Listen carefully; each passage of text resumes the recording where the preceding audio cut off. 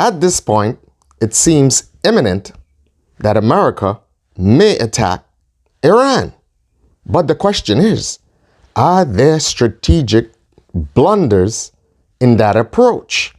Are there dire implications for the Middle East and for the world?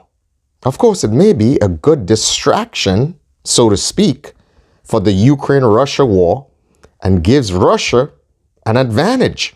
If America gets caught up in a war with Iran, then guess what? They will be distracted in terms of support for Ukraine, and Russia will pounce. If that conflict with Iran is prolonged, then Russia may return the favor and do to the West as was done to them in the Ukraine-Russia conflict. They may provide, behind the scenes, material and other types of support.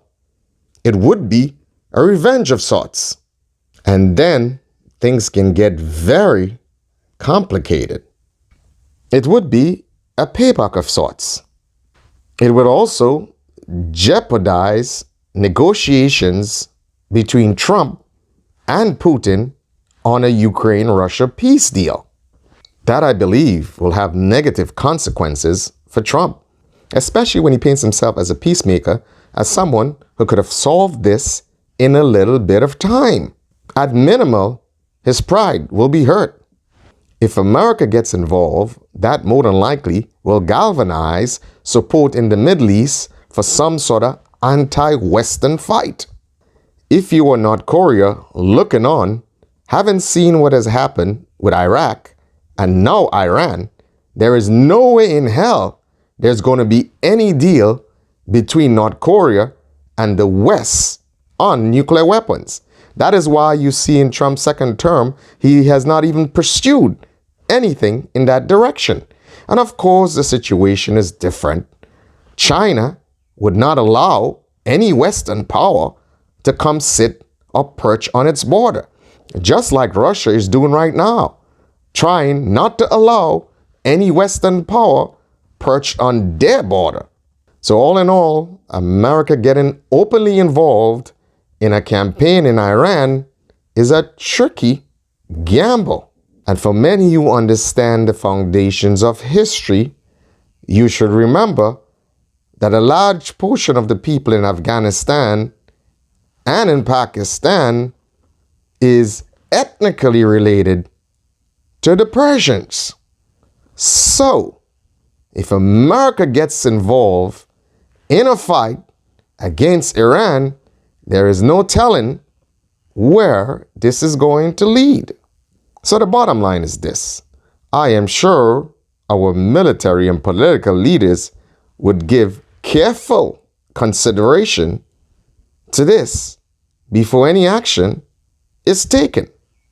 Because if they don't get this right, this can have dire consequences for the Middle East and for the world. Okay, so let's shift gears a little and let's talk a bit about Tucker Carlson. Well, I gotta say, oh, Mr. President, you can't go after Tucker. I mean, Tucker is MAGA central. It doesn't get more MAGA than Tucker. So, of course, the president took a kind of slight at Tucker Carlson because, of course, Tucker was totally not on board with his intervention in the Israel-Iran conflict. And, of course, Trump had to counterpunch and made a sort of joke about Tucker Carlson not having a TV station. You know, I would think at least Trump would have cut Tucker some slack. But he does exactly what every politician does. Once they've gotten your support and they've won the office, then they turn their backs on you.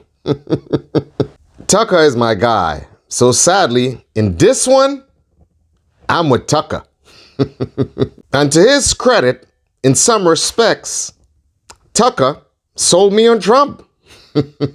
I mean, I had my own ideas, but Tucker, he's reasonable, logical, so it's hard to defeat his arguments.